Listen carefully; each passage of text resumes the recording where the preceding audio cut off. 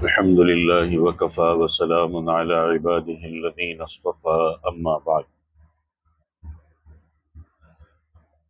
بخاری اور مسلم شریف کی ایک حدیث ہے، حضرت عمر ابن خطاب رضی اللہ تعالیٰ عنہ سے روایت ہے۔ انہوں نے فرمایا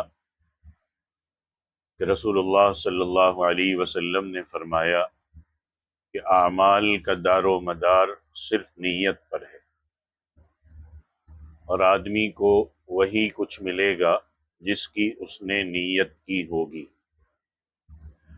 تو اب جس نے اللہ اور اللہ کے رسول کے لیے ہجرت کی ہوگی، اسی کی ہجرت واقعی ہجرت ہوگی، اور جس کی ہجرت دنیا حاصل کرنے یا کسی عورت سے شادی کرنے کے لیے ہوگی، تو اس کی ہجرت دنیا کے لیے یا عورت کے لیے شمار ہوگی۔ اب یہ جو حدیث ہے، یہ اصلاح و تربیت کے باب کی بہت اہم حدیث ہے۔ حضور صلی اللہ علیہ وسلم کے ارشاد کا مطلب یہ ہے کہ نیک اعمال پر ثواب اور انعام کا دار و مدار اسی وقت ہوگا جب نیت اچھی ہوگی۔ اگر نیت ٹھیک ہے تو ثواب ملے گا، ورنہ نہیں ملے گا۔ کوئی عمل چاہے کتنا ہی اچھا اور اونچا ہو، اگر اس کا مقصد اللہ کو راضی کرنے کے سوا کچھ اور ہے تو آخرت کے بازار میں اس کی کوئی قیمت نہیں ہوگی، وہ وہاں ایک کھوٹا سکہ قرار دے دیا جائے گا۔